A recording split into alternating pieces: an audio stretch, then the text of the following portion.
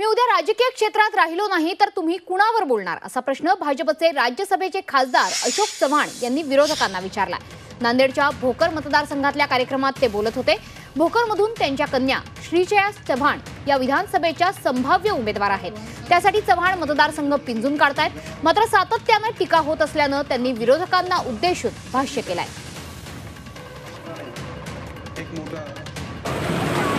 माझं म्हणणं मलाही जिवंत ठेवा, मी जिवंत ठेवतो तुम्ही पण जिवंत राहा। मी संपलो तुम्ही कसं राहा, मी संपलो तर तुम्हाला बोलायला काय राहणार नाही। म्हणून मला संपवू नका, मी राहिलो हे तुम्हाला म्हणत नाही। जी मंडळी टीका करत राहते ना, रोज 24 घंटे चालू 24 hours by 7 एखादा पण टीव्ही बंद पडत 24 तास चालू आहे, 24 तास। एवढं तर वाईट केलं ना बाबा कोणाचं।